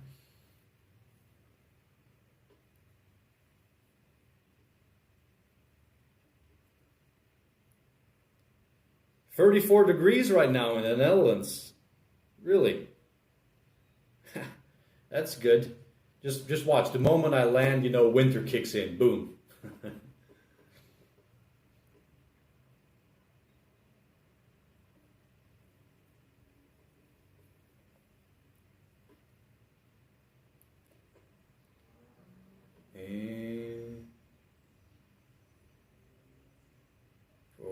you made. Tim, been with you for a while. You made me buy a Transalp. Nice. Always like to hear that. Or sometimes I get these messages of, hey man, I got onto the Transalp because of you. Good stuff. Wait, your message moved. 2 years ago. Been rocking it ever since. Stick to it and keep posting. I'll do my best, man. And you stick to the riding, that sweet, sweet, sweet Alp.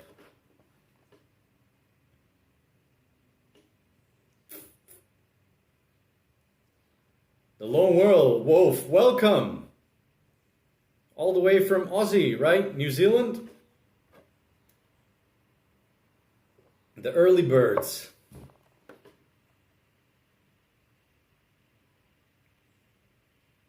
What's up, mate?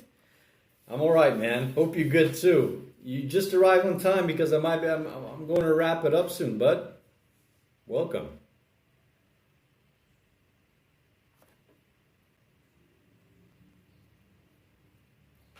Just 1 second, sorry folks.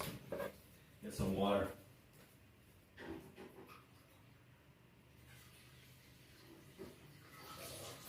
I've been thirsty ass today. Jeez.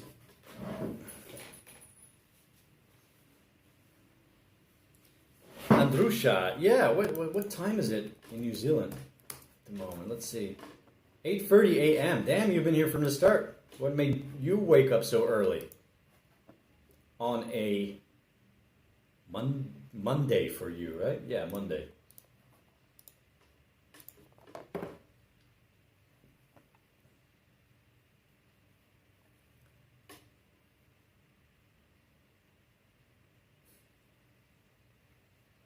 Oh, from Lisbon.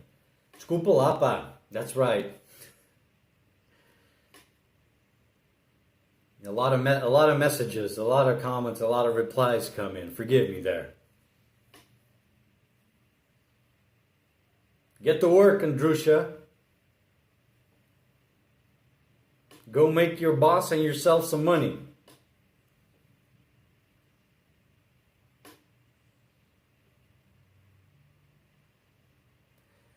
Peter van Els, I'm riding a Honda Cross Runner. Sometimes I think I'm the only one. I think I saw those being fabricated in Japan when I went to their factory, 2014. That was going to be the next video. Bits of the Honda factory, though I wasn't allowed to film inside the factory, so you don't get to see the process. But I think I saw the Cross Runners being built there.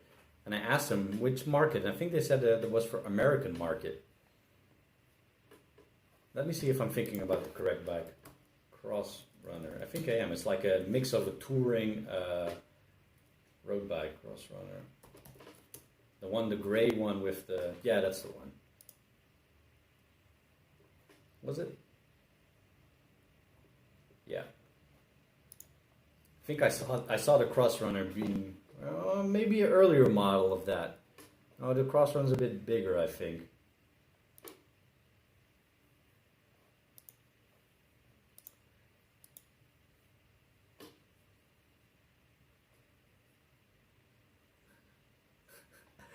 Andrusha wakes up early for the stream. Trooper. That's what I mean. Only crackle gang up in here. Daryl Moffat. Sorry, Pedro, gotta go. Well, take it easy, man. It's alright. I think I'm gonna go too, folks. The last 20 minutes, I've got nothing left to say. I'm just going to Argentina. I've already said that. I'm going to the Netherlands, and I've already said this. And yeah, folks. Next live stream is going to be from Holland, so where the internet will probably be amazing.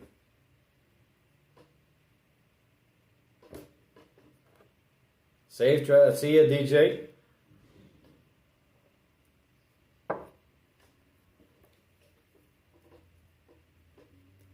Eshe, love the Japan videos. If you need an XLV 696, drop me a line. Alright. Just ride your little old Transalp around the Netherlands? I don't know if you want that. Have you seen what I do with Transalps? on a motorbike. You're probably thinking, what's the worst he could do in the Netherlands, right? There's only highways and dike roads, and there's not enough on road to do some serious damage. What I'm saying is, be careful what you're offering. But thanks. Cheers, Mr. Lone Wolf.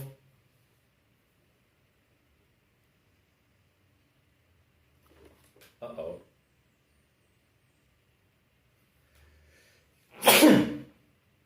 Oh shit. Oh shit, they're gonna lock me down when I get to the Netherlands. Oh man. I don't feel so good.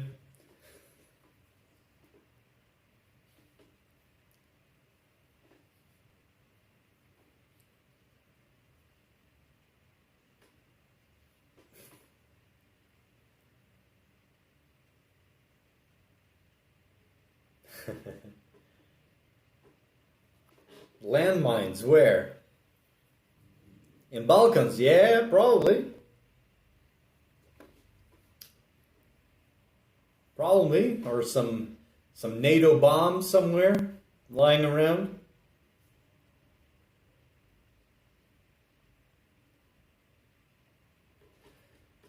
All right, folks. I wouldn't mind chilling, but I like chilling. There's still people in here, for a little bit, but I don't think it's going to be entertaining for you folks.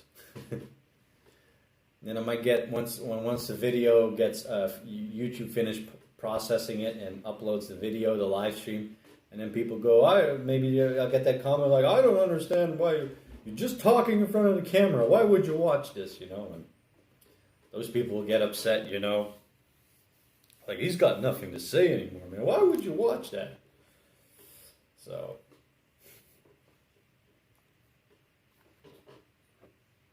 Oh, Balkans is beautiful, man. Lots of the Balkans is beautiful. In Bosnia, with the hilly mountains there. I drove there in 2011. I just remembered, though, I was getting bitten by insects left and right. I wasn't, I would be riding, I would catch wasps or whatever. I would get bitten. And one time, I think it was in Bosnia, crossing the border. And the border guard would I arrived there, basically screeching, what the, because I just had something down my nose. I was still riding with my jacket open, catching the flies, Later I learned, screw the heat, I'm keeping this closed because of the insects. But I had one under my shirt, and I arrived in front of his little window, acting like a total idiot. And this border guard is looking at me, and his face is almost getting angry because he thought I was taking the piss or something. But no, I was getting bitten by the insect here.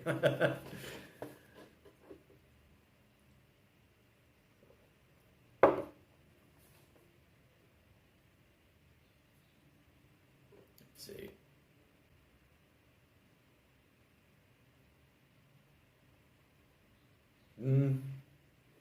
Macedonia is beautiful.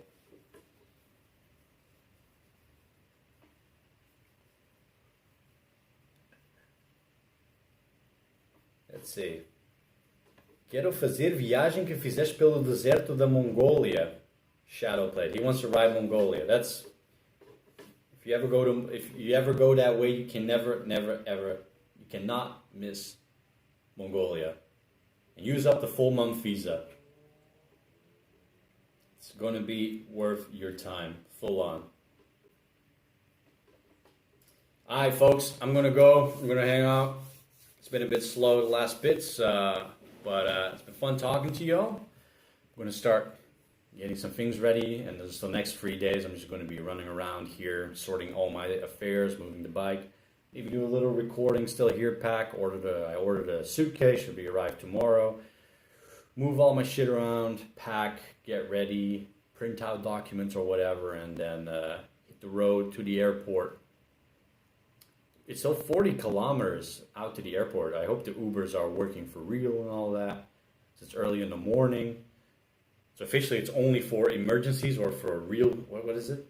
How they say on Uber, they say that's only for essential travel. But hey, going to the, I think I'm essential travel now. So we'll see how that goes. All right, let's cut it. Ciao, people. And I'll catch you on the other side from the Netherlands. Take it easy. Ciao.